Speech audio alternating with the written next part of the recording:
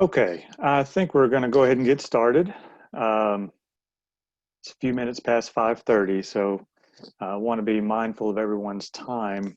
We're going to be picking up tonight in James chapter 4, where we left off last time, and we're going to really be picking up in verse 7.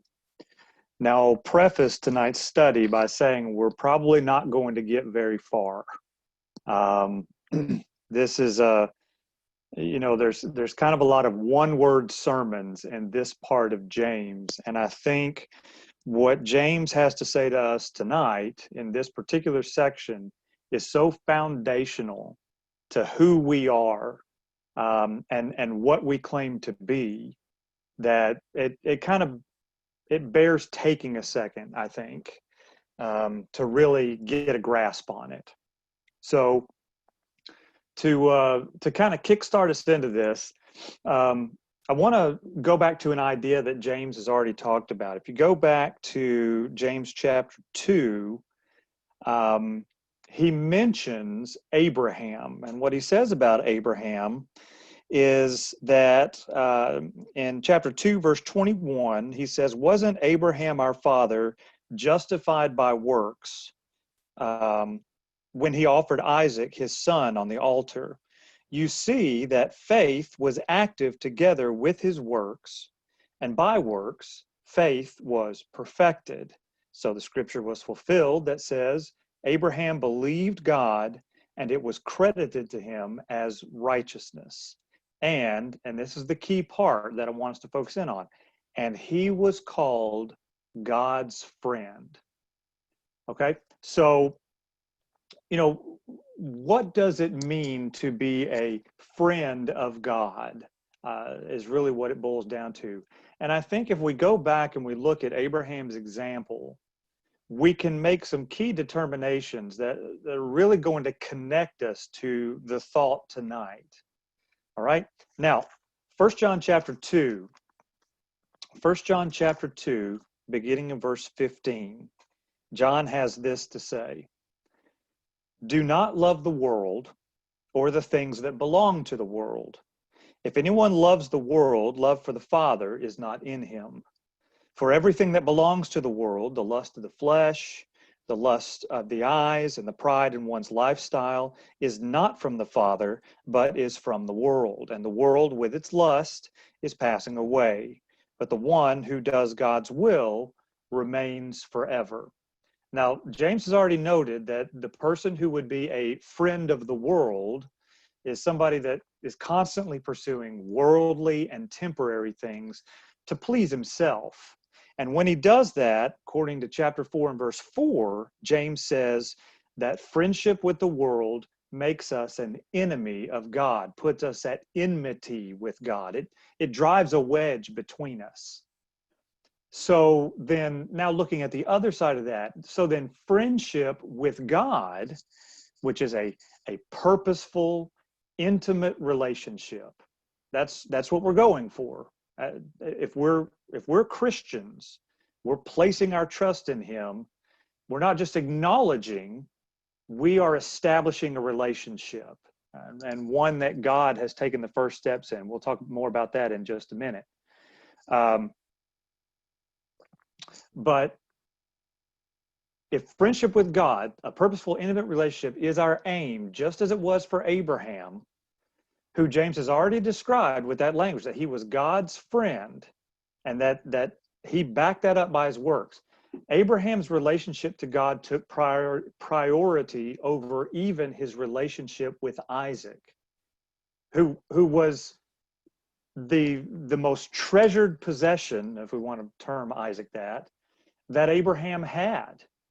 Okay, so as a result, Abraham's obedience through faith, and it's kind of it's what James references here, offering Isaac on the altar. That obedience through faith is what distinguishes him as God's friend. Now, Abraham, if we go back and look at that story, when God calls Abraham to do that, and I could never make that same, I don't think I could do it. But Abraham makes no excuses. And he doesn't hesitate to do what's commanded, even though he's about to have to sacrifice the one thing on earth that means the world to him. Okay? And scripture memorializes then the relationship that Abraham has with God in various places. The type of devotion that Abraham has shows the importance that he places on his relationship with God over everything. And so we'll read in places like 2 Chronicles chapter 20 and verse 7. Are you not our God who drove out the inhabitants of this land before your people Israel, and who gave it forever to the descendants of Abraham, your friend? And then Isaiah chapter 41 and verse 8, this is God speaking, God himself speaking. And he says, but you, Israel, my servant, Jacob, whom I have chosen, descendant of Abraham, my friend. And I would submit to you that in this life, there is no higher praise than we could ever receive than to be called a friend of God, especially if God himself is giving us that moniker. Okay. And we see really, even with someone like Moses received similar praise in Exodus 33:11, that God spoke to him face to face as God speaks, as one speaks with a friend.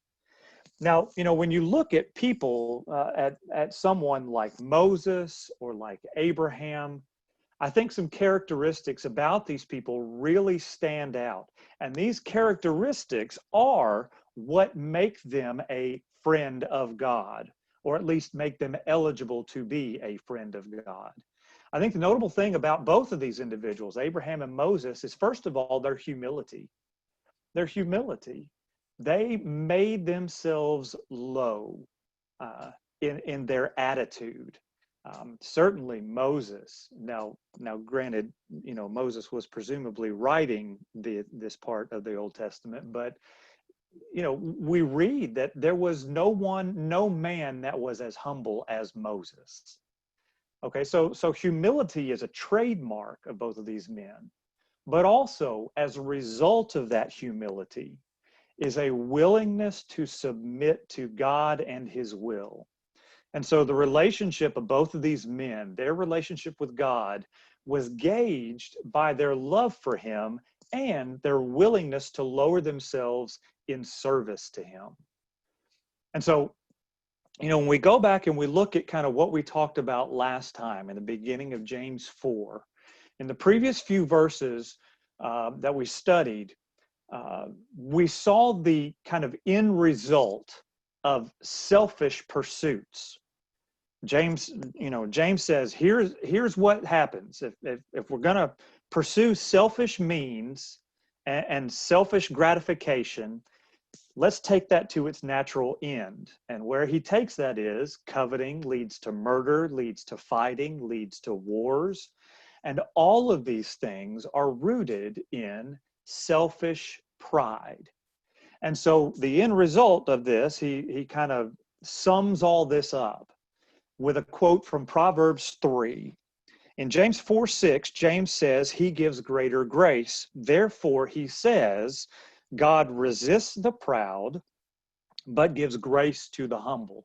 And this is where we left off last time. Now, one thing I want to do that we didn't do last time for time's sake was to go back and look at Proverbs chapter 3, where this quote comes from. So let's take a quick look at this proverb. You can turn in your Bibles to Proverbs chapter 3. Keep a thumb there in James, but go to Proverbs chapter 3. And we'll pick up there in Proverbs 3, verse 5. And this is probably a familiar verse to us. At the beginning of Proverbs, and he's talking about wisdom and what true wisdom is and what it means. And he'll say, beginning verse 5, trust in the Lord with all your heart and do not rely on your own understanding. Think about him in all your ways, and he will guide you in the right path. All right, so let's stop there for just a second. Now, we haven't gotten to the quote yet, but this is a preface for it. We're talking about wisdom. We're talking about perspective, and these have been key ideas in James so far. But the perspective that we gain that leads to true wisdom comes from trusting in the Lord. But look how the proverb writer characterizes it, and look at the extent. Not just trust in the Lord with all your heart. It's an all or nothing proposition. Do not rely on your own understanding. Think about him in, and there's that word again, in all your ways, and he will guide you in the right path. And that sounds very similar to what James has already said. Seek the wisdom that comes from God, and it will be granted to you. Now, skip down in that proverb. The whole thing is talking about the benefits of wisdom, but skip down in that proverb then to verse 27. Right? We're going to pick up there. Now, there's an active response to this submission to God. So verse 27, picking up there, the proverb writer says, when it is in your power, don't withhold good from the one to whom it is due. Don't say to your neighbor, go away, come back later, I'll give it tomorrow, when it is there with you. Don't plan any harm against your neighbor, for he trusts you and lives near you. Don't accuse anyone without cause when he's done you no harm. Don't envy a violent man or choose any of his ways, for the devious are detestable to the Lord. But now here's our quote from James. But he is a friend to the upright. The Lord's curse is on the household of the wicked, but he blesses the home of the righteous. He mocks those who mock, but gives grace to the humble. The wise will inherit honor, but he holds up fools in dishonor. Okay. Now look through a lot of those things that we just read in 27 through 35, these actions. Don't these look a lot like the same things that James has already instructed us about? All right. Don't say to your neighbor, go away, come back later. That sounds a whole lot like somebody saying, somebody coming into our assembly that's poor and doesn't have anything, and we say to them, well, God bless you, come back some other time. All right. And he says, don't accuse anyone without cause when he's done you no harm. Don't envy a violent man or choose any of his ways. Don't become violent yourself. For the devious, those that pursue devious ends, and presumably that means for their own good, that's detestable to the Lord. But look at what it says here in Proverbs, what we just read in James and talked about with Moses and Abraham. The Lord is a friend to the upright, but his curse is on the household of the wicked. He blesses the home of the righteous. And so now the proverb writer puts this in this way. He mocks those who mock, but gives grace to the humble. Now James puts this differently. I haven't looked to see if this is a Septuagint quote, but James characterizes, he mocks those who mock as God resists the proud. So same idea there. This is all about pride, but he gives grace to the humble. So submission to God, as the proverb writer then says, in all our ways, is the means by which we both ask for and receive the things that truly satisfy. Okay, so I wanted to take that, I wanted to put that into context and show, again, James writing to probably a predominantly Jewish audience. They would be familiar, hopefully, with this proverb and the implications of it. But now James is going to take this to its natural end. So we've already seen the natural end of earthly pursuits and self-gratification. Now let's see the end of submission to God and what that means, what that entails. What does it mean to trust in the Lord with all your heart and think about him in all your ways? Okay, so James is going to really kind of hit the ground running with this in verse 7 then. And this is where our reading is going to pick up. Therefore,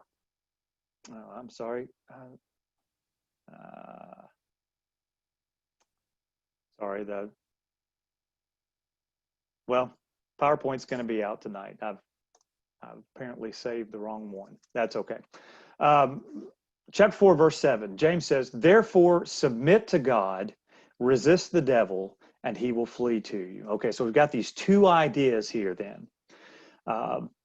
And again, the therefore is there because of what comes before, because of everything James has just said. God resists the proud and gives grace to the humble. Therefore, submit to God. All right, so two major things in this very small instruction, I think. First of all, we have an action, submission, and we have a recipient of that action, which is God. All right. So James has already pointed out the ways that we try to force others to submit to us and our will. We use things like murder and fighting and wars. And the end goal of these things is our pleasure at the expense of others. But James now gives the answer to receiving what we truly need. Okay. And the way that we do that is through submission. And again, this submission is not a half-hearted acknowledgement of God as an authority figure with no real action to back up that notion.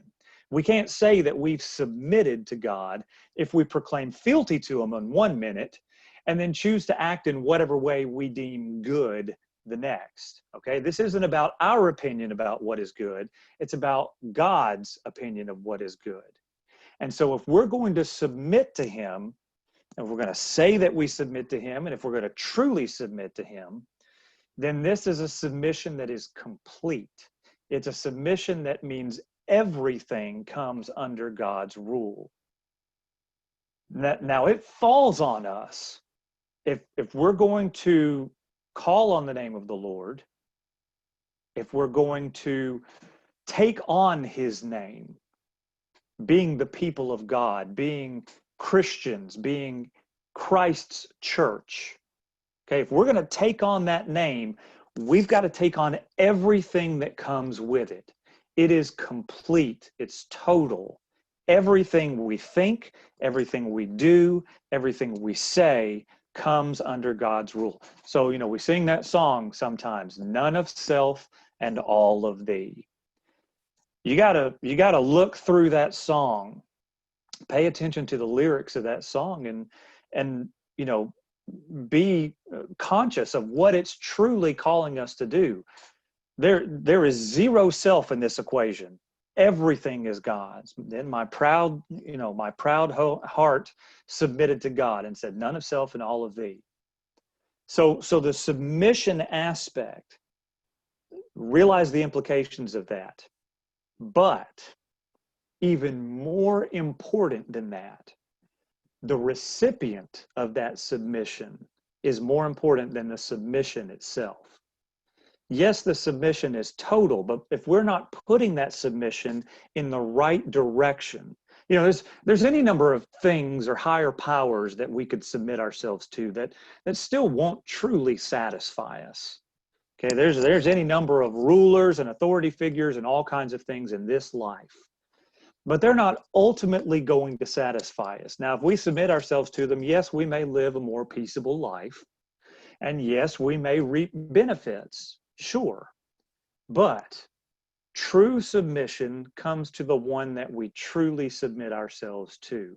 And so the recipient of our submission, that is God, is even more important.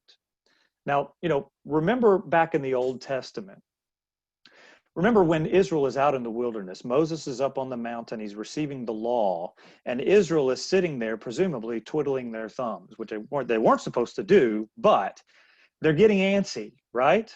They're waiting on Moses to come back.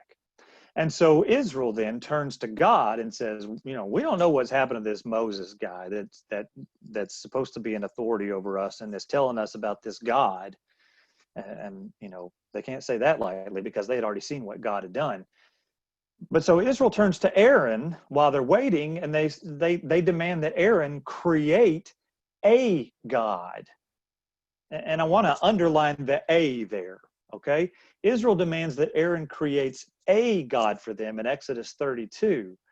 But that God is a God of their own making. It's a God that can't do anything more for them than Egypt's gods could do for that country. And we've already seen what happened to them in the early parts of Exodus. Okay, so this isn't true submission. They want a figurehead. They want something that they can put in front of them and show off as they go to fight their battles and have their celebrations and all these things. There's no real authority here, and there's no real satisfaction here. They're only interested in satisfying their own lusts. Because, I mean, really, what's the next thing they do? They offer sacrifices to this thing, but then they just have a party. It's all about their pleasure and what they want. Okay? And so, even when we fast forward in that story, let's go to Jeremiah chapter 7. Okay, hundreds of years later. All right, so we've got a temple now. We've got worship of the Lord happening in this temple. But the thing is, though, is that Judah, when they come to the temple to worship the Lord, their daily conduct is completely inconsistent with submission to God. They may say that they're worshiping the Lord in name, but by their deeds, this is not the Lord they're worshiping. They're worshiping idols, and they're worshiping themselves. And so in pursuing self-gratification, in Jeremiah 7, we read, they became robbers of God. They took what belonged to God and gave it to something else, which is it's the nature of idolatry. And all of that is really just rooted in pride. Pride was the disease that caused Israel's downfall. And then submission to God, though, was the cure. And when they submitted to God, and they had to be disciplined to really think about that and why they needed that. But submission to God was the cure. It was the prescription, and it was the cure. Okay? So submission to God, this whole first part of it, submit to God, is so key. It's the first step. The next step then that James outlines, resist the devil and he will flee from you. Okay, so once we've submitted to God, once we've realized there's a need to kind of put myself under him and his will, if I'm going to turn to something, I've got to turn away from something else. And so we're turning away from evil. Now James is going to personify this as the devil. And I do think he is talking about the devil, but he's also talking about the devil's ways. All right? And so this turning away then, I think, has really three main characteristics to it. What does it mean to turn away from the devil? Well, first of all, it's deliberate. If we say we're going to turn away from the devil, we're doing this intentionally, not accidentally. We're doing the things that God commands and placing ourselves under his will with the intention to move towards him and move away from the devil. This isn't an accidental thing that I just do what God commands because whatever, I'm doing this on purpose. And so it's an active submission. That's the second part. It's an active submission. We are moving towards God. This isn't a passive act where we're just kind of ho-hum, again, saying we're doing something and there's no fruit. But as we deliberately and actively move towards God, I think there's another key part to this. We do this, and I couldn't think of a better way to put this. We do this tactically. Okay, we have a plan in mind. Now Scripture is all about this plan, and the proverb writer characterizes that plan as wisdom. It's according to knowledge. Okay, so the movements that we take, the actions that we do, and when we act intentionally, they are effective actions because we're doing them according to wisdom. We're not doing them in ignorance. Okay? And so, Paul is going to characterize then our struggle with sin as a battle. If we look back in Ephesians chapter 6, that's kind of the imagery that Paul is using.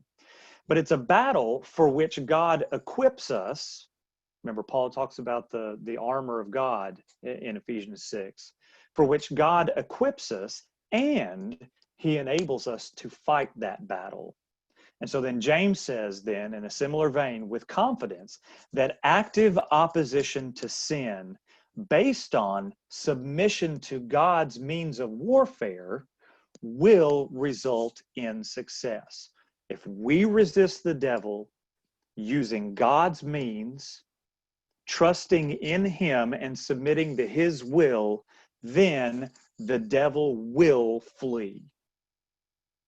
Now, if we try to resist the devil of our own accord, if we're trusting in our own ability to resist him, all we're going to do is fall again. He's not going anywhere. He's not going to flee from us. He's just going to take 2 steps away and still be right nearby. But think about what Jesus did when he was tempted on the mount. Okay, here's the devil standing right next to him, offering him all these things if he will submit to him. But Jesus refutes him 3 times, and all 3 of these refutations are an acknowledgement and a submission to the authority of God. Not just Jesus' submission of authority to God, but a recognition that the devil has to submit to God's authority as well. And so Jesus, when he actively and intentionally and wisely, according to knowledge, because he refutes him with scripture, remember, when he uses those things to refute the devil, to turn away from the devil and resist him, what was the end result of that? The devil had to flee. All right. And so we have that same ability. We've just got to be willing to do it. Okay. Okay. So now that we're willing to get rid of the bad, we need to fill it with something good. Remember the parable about that Jesus gave about the man cleaning out his house, and he got the demons out and he cleaned everything up and made it straight. And then the demons came back and said, "Oh man, let's have a party in here now. This nice clean house." Okay. Once we get rid of the bad stuff, we got to fill it with something good. So what does submission to God entail? James continues, chapter 4, verses 8 through 10. Draw near to God, and he will draw near to you. Cleanse your hands, sinners, and purify your hearts, double-minded people. Be miserable and mourn and weep. Your laughter must change to mourning and your joy to sorrow. Humble yourselves before the Lord, and he will exalt you. All right, so whole lot going on in this particular part. But again, if we're actively moving away from one thing, we're then necessarily moving towards another. So we just read we're turning away from the devil, which means our face is now turning towards God, hopefully. Okay. Now, again, as with Israel in the Old Testament, our pursuit of the Lord is not one-sided. The Lord deliberately makes himself available to us, and he actively moves toward us when we seek him. So remember, even after Israel sins, with the calf, after they had the sin at Baal Peor and all these other things, the second generation now comes up to the promised land, and they're sitting there in Deuteronomy. And Moses is speaking to the people, and he characterizes God in Deuteronomy chapter 4. And he says, when the nations look at you, they need to see a people that they are, really to kind of bring it to its end result, that they're envious of, that they want to be like. Because they look at you and they say, what God is there that is so near his people? What kind of people is this, that they have a God that is so near to them? And even, as we read through Exodus through Deuteronomy, that not just is near them, but dwells among them and goes with them and before them and fights their battles for them and does all of these things. What kind of people has a God like this? It's a holy people. But God has placed himself there. He wants to be near them. And so then we can read, in the New Testament, as Paul is going around and he's preaching, we read in a place like Acts 17:27, God has created the world and given us a witness of himself. And the reason he's done that is, as he says in Acts 17:27, so that we should seek him. But listen what he says, though he is not far from each of us. Okay, so God has placed himself to where we can find him intentionally so that we should seek him. So there's a two-sided relationship happening here. Now, as we just said, Satan is always going to attempt to be near us. He always wants to be right there in our ear telling us, hey, that looks like a good thing. That looks like a thing that you should pursue. If you'll just go after that, we can have ourselves a good time here. Okay? You'll be happy. So Satan's always going to attempt to be near us, be in our ear, whispering those sweet nothings. But the thing is, though, is that what he promises, just as with Jesus, the things that Satan promises will always be just beyond our grasp. You know, you go back to the Garden of Eden. Satan promised Eve, you know, if you eat this fruit, you'll be like God. Well, they had a little bit more knowledge, sure, but they were not like God in any sense of the word. They were actually less like God. And so in submitting to that promise, in submitting themselves to Satan's will, they actually pulled themselves farther away from God. But the thing is, though, is that when we submit to God, his presence and his promise are one and the same. But we play a role in that, okay? So what does James say here then? How, you know, what's our role here? What does it mean to draw near to God so that he can draw near to us? Well, first of all, cleanse your hands and purify your hearts. Okay? Again, simply invoking God is not enough to establish a relationship with him. We can call on the name of the Lord, but if our actions don't back up our intentions, then there's a problem. There's still a disconnect. So, just like we would prepare our houses to welcome company, our hearts have to be cleaned and purified to be a welcoming place for the Spirit. Our hands have to be cleaned to do the Spirit's work. And so, sorry about that. So just like we would prepare our prepare our houses, we've got to be a place that's welcoming to God. Now Jewish Christians, people from a Jewish background, would have been very familiar with the necessity of purification in relation to things like the tabernacle and the temple. Remember, you go back to Exodus 19, verses 10 through 11, as Israel is coming to Sinai. What's one of the things that God calls Israel to do? They are to wash themselves before they come into the presence of God. So we continue on into the laws being given about the priesthood and you know, their service of the temple.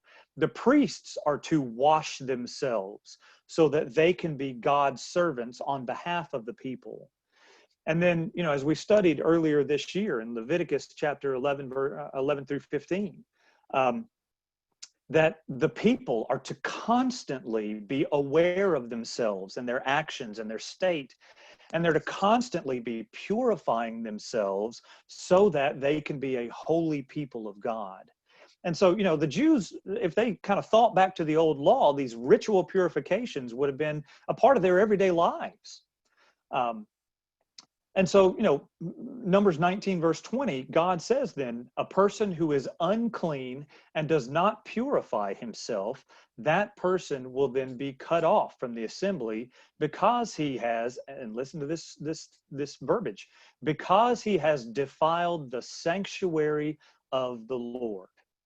Now, the New Testament writers are going to take that thought and pull this whole concept forward, this purification concept forward. This isn't just about the sanctuary in the terms of an earthly tent or an earthly temple that can be built with hands. Now, us as Christians being God's sanctuary, the New Testament writers recognize the spiritual implications of the church as the new temple. And so now they, just like James is doing, are calling for a cleansing of the heart, a purification of the heart. So Paul can write in places like 1 Corinthians chapter 3, reminding the Corinthians that they've got to turn away from all these earthly pursuits for pleasure because you are God's sanctuary. You are God's sanctuary. If you're going to draw near to him and request for him to draw near to you and him to be among you, you've got to make yourselves a place where he can dwell among you. Okay? You are God's sanctuary. He continues on in that same book, 1 Corinthians chapter 6, verses 19 through 20. And he reminds them, your body is a sanctuary of the Holy Spirit. Not in any sort of mystical sense, but your body as the church and as individuals within that church, and God dwelling among you and his Spirit being among you and marking you as his people. And so then, Paul says, so don't join that body to prostitutes. Don't pursue all these worldly ends that are going to drive a wedge between you and God. And remember, James said those that would do that, those that would seek friendship with the world, he calls them adulteresses. It's that same language of not joining yourself to a prostitute. Sid used to have a phrase that he would use in some of his sermons. And I think it's great for us to remember. He would say, God does not dwell where he cannot fill. Remember that? God does not dwell where he cannot fill. If he can't completely inhabit the place with his will and submission and us being submissive to him, then he can't dwell there. He won't dwell there. So between the Lord and the world, if we're trying to choose between those things, it's an all or nothing proposition. Again, none of self and all of thee. So we've got to make ourselves a place that is pure, that is clean, in order that he can be a part of this, and we would allow him to be a part of this. But James now goes on. Then, it's not just getting rid of the bad, but now it's also an attitude of the heart. In cleansing the heart and purifying the heart, there's an attitude there. So James would say, be miserable and mourn and weep. Now that sounds bad to us. That sounds like kind of dour language. But I would invite you to kind of put this in context of the Ecclesiastes writer. A lot of people don't like Ecclesiastes because they think it's a very kind of glum book. Everything is vanity. Don't go after anything because it's all vanity. Vanity of vanities, everything is vanity. And so they think it's just this very glum book, and the Ecclesiastes writer is just very depressing. Now, this may not help your estimation of this, but bear with me. Ecclesiastes chapter 7, verses 2 through 4. The Ecclesiastes writer says, it is better to go into the house of mourning. Grief is better than laughter. For when a face is sad, a heart may be glad. The heart of the wise is in the house of mourning. So when our face is sad, our heart can be glad. Now, remember, wisdom literature, especially in the Old Testament, is all about perspective. Now, there are some that would hold that the perspective is of living the good life, means that we move from one enjoyable, pleasurable moment to the next. Okay, we're going from this pleasurable moment to this pleasurable moment, and it's just one right after the other, and that's how we live the good life. And if we can truly say that we lived a good life, we've done all these great, joyful things. And so we kind of avoid these negative vibes that bring down the mood. Ecclesiastes, though, is written from the perspective of one who has not withheld any sensual pleasures from himself. He's done all these things. He's lived from one good thing to the next. But the end result of all those things, he says, he's discovered they were all meaningless in the face of man's temporal nature.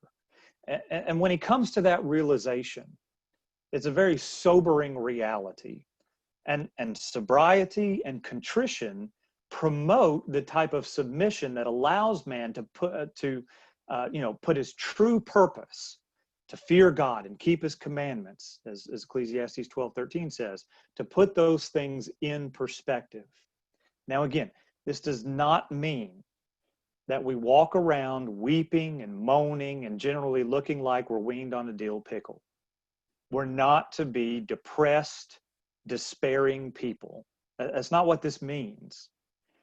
It does mean, though, that we take a good long look at ourselves and realize that there's always work to be done that needs to be taken seriously. I was reading a comment about this earlier today, and in saying the same thing. Um, this is William Barclay's commentary on James. And what he says is, uh, sorry, I'm looking for the passage here. He says, James demands that we should weep. It's perhaps not reading too much into this to say that James may well be thinking tears of sympathy.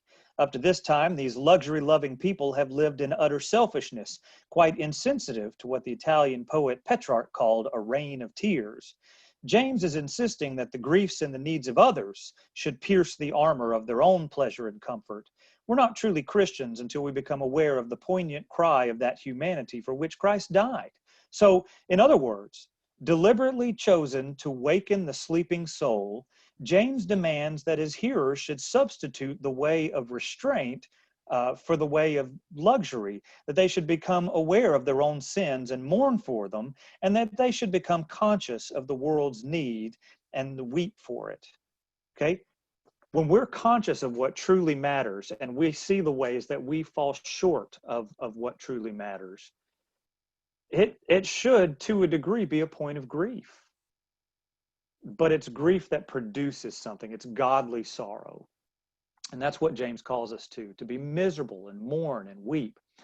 You know, think about this in the perspective of the New Testament. Let's kind of shift that.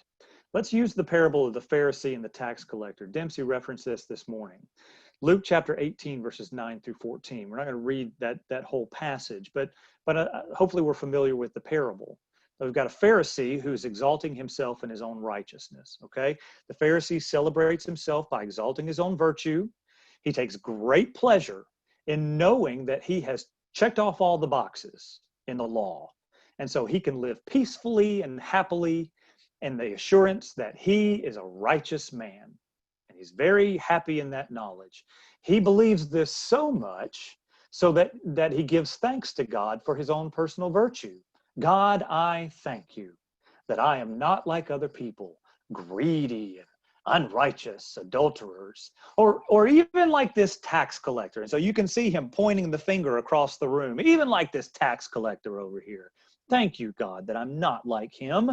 I give a tenth of all that I own, and I sacrifice, and all of these things. He's exalting his own righteousness. So now it's almost like we're watching a movie here, and the camera shifts over then to what the Pharisee just pointed at, the tax collector. The tax collector that's shunned as a sinner. And what's he doing? That tax collector is not looking around like Snidely Whiplash. Who can I steal from today? What can I get from these people? When can I get my hands in the money box? No, that tax collector is mourning his own sin. He's not aware of anything else around him. He's not looking at another person around the room. He's not thinking about what he wants to do or any of those things. The tax collector is mourning. He's weeping his own sin, so much so that he beats his breast. God, be merciful to me, a sinner. And this isn't a show. This isn't a show so that other people can see that. This is him genuinely, contritely placing himself before God. He has humbly placed himself at the judgment seat of God, and he knows he's guilty and the grief that produces. And so he's pleading God's mercy. And it's this attitude, this humble attitude of placing ourselves before God in that way, it said that Jesus says is what ultimately justifies him. The one who humbles himself, Jesus says at the end of this parable, will be exalted. Now, we're going to see that here in just a second in James. And so, you know, if you read on in that particular chapter in Luke and the one following it, Luke provides a lot of real-world examples of this type of humility. First of all, he provides the example of the rich young ruler in Luke 18 through 23, just shortly after this parable. Now remember, in that parable here, I'm sorry, not a parable, but a real-world example, a real person that comes to Jesus. Here is a person that exalts in his righteousness. Remember, you know, Jesus said, you love the Lord your God and love your neighbor as yourself and give of yourself and do all these things. And this person says, well, yeah, I've done all these things. Jesus said, well, yeah, Good job. Good job. But now go sell everything you have and give it to the poor. Ah, there's true humility. There's humility that's backed up by action. And so this rich young ruler, though he exalts in his personal righteousness, now we see him, he mourns the need to give up his earthly wealth. And then Luke, in the next chapter, Luke chapter 19, he flips the script. And that's when we get the account of Zacchaeus. Okay, and so now Zacchaeus, as he comes down from the tree, he finds himself literally standing before God, and he mourns his unrighteousness. Okay, he immediately repents. He realizes what kind of man he's been. He knows what he's done, and he mourns it. But the thing is, though, is that the result of that mourning is not despair and depression. Zacchaeus doesn't walk away saying, Lord, don't even come to my house. I just don't even deserve to live. He mourns his unrighteousness, but he then joyfully gives away his earthly wealth. And so we have these two contrasting images between the rich young ruler exalts his righteousness and mourns his wealth, and Zacchaeus mourns his unrighteousness, but exalts in giving away, giving to others. Now, let's kind of bring all this home to us. Real world example now, modern example. How often have we in America, by nature of our wealth, by nature of our privilege, by nature of our freedoms, by nature of our patriotism, our pride, how often have we touted our rightness, our righteousness, in comparison to, say, the other nations of the world or other populations? Okay? Land of the free and the home of the brave. God bless America. But you guys, not so much. How often have we maybe done that? Okay? Are we a nation or a group of people that points to others and says, what a good boy am I? How about let's bring this in context of the church? Are we a group of Christians that points outward and says, thank you, Lord, that we aren't like them. We meet 3 times a week. We read our Bibles. We participate in the 5 acts of worship. We give X amount of dollars, so on and so forth, et cetera, et cetera. You know, how can we look at ourselves, or do we look at others and kind of exalt ourselves in comparison to other people? You know, is that weeping and mourning? Is that the type of contrition and submission that James is calling us to? I don't think so. And so, you know, what James is really doing is calling for serious introspection using the mirror of the word that he already talked about in James chapter 1. Okay, so now we come to the exclamation point on this whole thing. Chapter 4, verse 10. Humble yourselves before the Lord, and he will exalt you. So once we've come to realize our position before the Lord, just as the tax collector did in Jesus' parable, just as Zacchaeus did when he was face to face with Jesus, once we've come to realize our position before the Lord, standing in front of him in judgment, and that is the only position that matters. His is the only opinion that matters. If we're going to do that, we have to make a choice. Okay? Are we going to trust in our own understanding? Are we going to believe that we can serve God and live our lives in the way that we see fit? Or are we going to completely and utterly place ourselves before God and trust that his knowledge, his commands will always be right and true? Okay, and you know, those are 2 opposite ends of the spectrum, but there's no in between there. We're either on one or on the other. There's no middle ground. Partial humility before God isn't humility at all. He demands everything. And so when James says, humble yourself before the Lord. Now this word, I'm not even going to attempt to pronounce it, but it means to make low. And obviously, humility, to make low. I've asked the little kids this when we sing that song, humble yourselves in the sight of the Lord, and asked them, what's humility? They said, to be low, to make yourself low. Okay, humility is an intentional act of submission. Remember, we talked a second ago about our intentional turning away from the devil. Well, if we are intentionally turning to God, then we are intentionally submitting to Him. I think Young's literal really translates this passage well. Okay, yes, we intentionally submit to God, but I love the way that this translation puts it. It says, instead of humble yourself, it says, be made low before the Lord, and He shall exalt you. And I like this rendering because the submissive aspect of it is underlined by the wording. It's almost as if James there says, allow yourself to be made low by God. Okay, it's one thing to have our, to stand before God and bend our heads. It's another for us to stand before God and then realize who He is, and that just brings us down. Okay, allow yourself to be made low by God. We aren't simply bending our knee to comply with a command. We're standing before God asking Him to bring us low. Okay, so it's an intentional act of submission, but it's also an ongoing act of submission. When James writes this word, humble yourself, it's in the aorist tense, which means that there's no definitive end in sight to it. It's not a one-time act. Our lowness is a state of being. And so, just like when we talk about the love that's present in a marriage, we say things like we fall in love. And we think of that as a one-time act that we can somehow kind of accidentally fall back out of, and that just removes us from the equation. No, humility is not just something that we fall into and fall out of. It's a decision, and it's an ongoing decision. It's a conscious choice that we make daily, realizing the cost and the implications of that. And we've kind of gone over those, what are the implications of that? But then James also gives the end result of that. Humble yourselves before the Lord, and He will exalt you.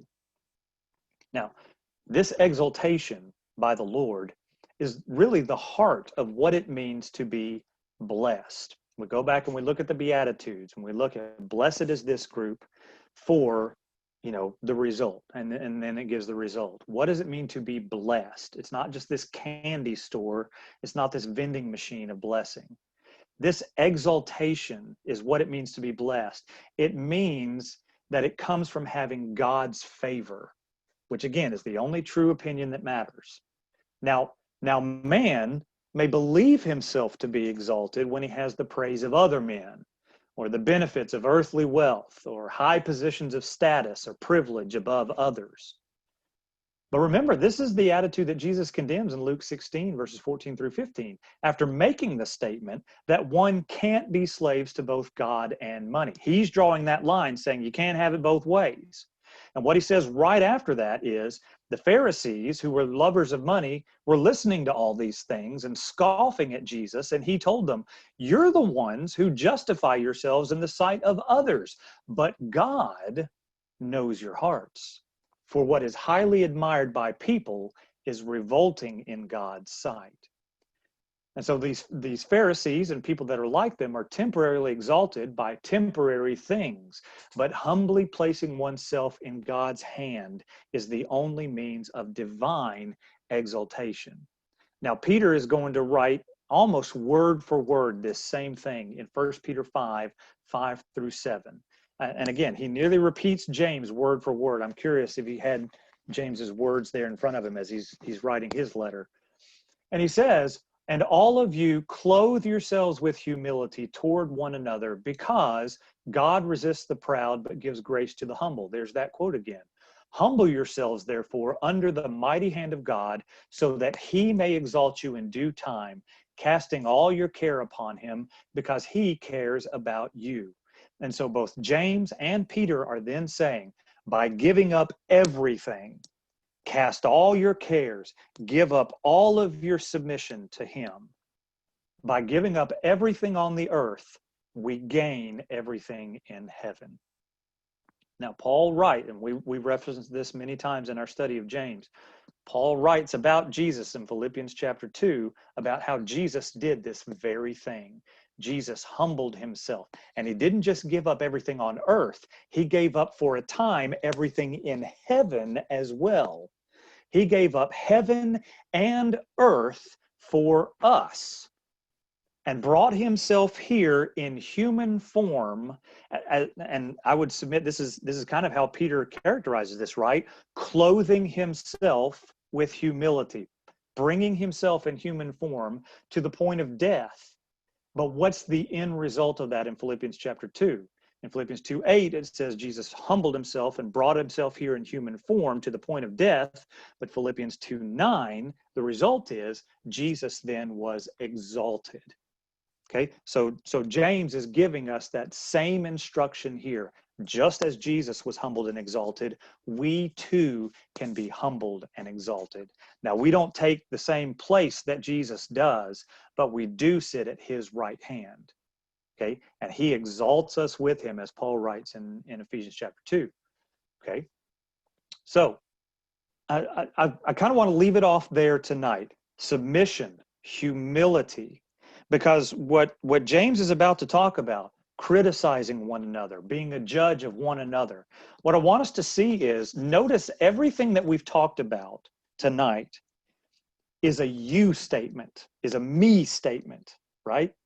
You submit yourself to God. You draw near to God. You cleanse your hands. You mourn your sin. You humble yourselves. But now he's going to say, when you have done that, you cannot do that and then look at others and criticize them and judge them in a wrong manner. Now, I invite you this week, I'll have the audio up soon and the video up soon. Go back and listen to Dempsey's sermon this morning. He basically taught James 4:11 through 11 and 12 for me. Talking about judging and criticizing and doing all of those types of things. Go back and listen to that sermon and then come back here and read James 4. And we'll use that as a stepping off point for next time, because we're in serious danger when we've come back and we've looked at ourselves. We may be tempted to then look at others and say, oh, okay, all right. I'm going to do what it takes. I'm going to make myself a righteous person. I'm going to humble myself before the Lord. But these other people, what about them, Lord? What do you and I need to do about them? And what James is going to say is, you can't look at the Lord and say, hey, this is a you and I thing. God's the judge. God's the one that's going to have the end judgment on all of that. And so you need to be very careful that you don't put yourself in his seat, because when you do, you're saying that his judgment doesn't really matter. You're taking him out of his place. Okay, so I know we didn't get very far tonight, but we'll pick up here in verse 11 next time. I've said a lot. I've gone on for a long time now. Any comments or questions or anything that goes for this?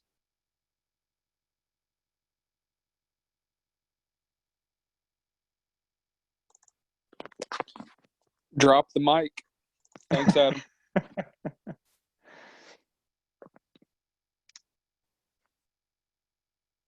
Oh, I do. I see something that's been sent to me here. I have been saying all through this that submission to God is all or nothing. Yes, that is true. The thing is, and when we're evangelizing to people, I think one of the first things that happens is that when we call people to turn away from sin and turn to God, one of the first questions that we get inevitably is, what happens when I sin again? Okay, is all of this for naught? Does that just lead to despair because I want to serve God, but I failed? I turned to him and I misstepped. In giving all to God, this is an attitude. This is an attitude that seeks to give all to God. But the mourning that happens because of this, it's a realization that, yes, we do all sin. Paul says that all have sinned and fallen short of the glory of God. And we will continue to fall short of the glory of God. But what I think James is emphasizing here is a desire to get back into a right relationship with God. Now, God's grace is what makes that possible. God's mercy is what makes that possible. But we should not become, depressed and live in a state of despair when we fail, if we're willing to do what it takes to reconnect with God, to get back into a right relationship with him. So certainly I don't want to give the misunderstanding that, yes, there are days and there are times when we do kind of half-heartedly give to God what he deserves. Now that's a problem, but we do all do it. The attitude that James is talking about, though, is one that seeks to rectify that, to cleanse our hands and to purify our hearts so that we can be back in a right relationship. So thanks for having me make that clarification. That's good.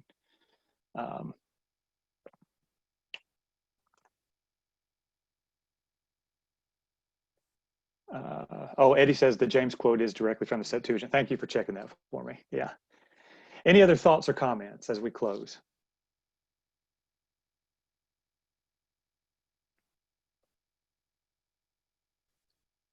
Okay.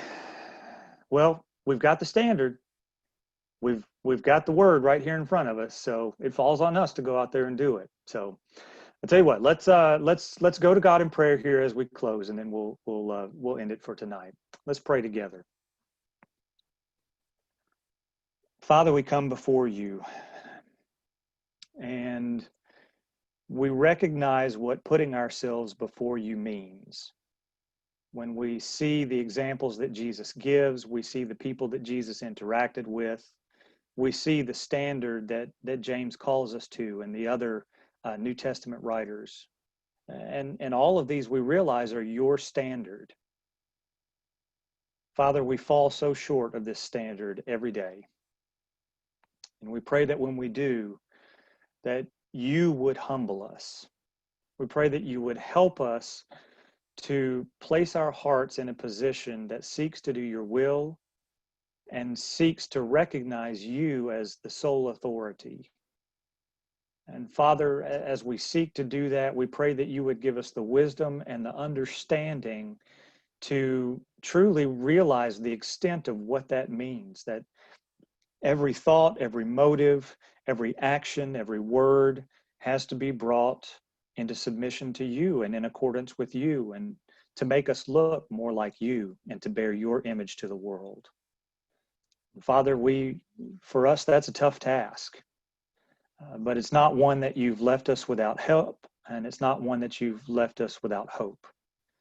And so as we fail, Father, we pray that you would continually show yourself to us and reach out to us. Don't draw away from us, so that when we realize the error of our ways, when we realize that we are the prodigal son, that we can come back down the road and see you waiting for us, looking for us. And we pray that as we turn to you, you'll have mercy on us, and that you will look favorably on us.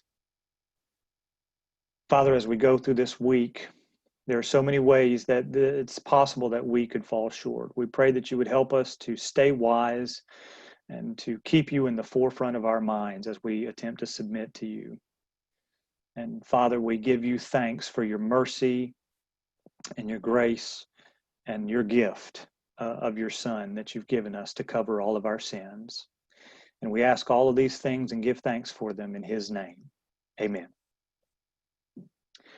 Right. Thanks for bearing with me tonight, guys. Lot on the table. Thanks a lot. Thanks, Adam. Another good study, Adam. Appreciate it. Thank you. Thanks, Adam.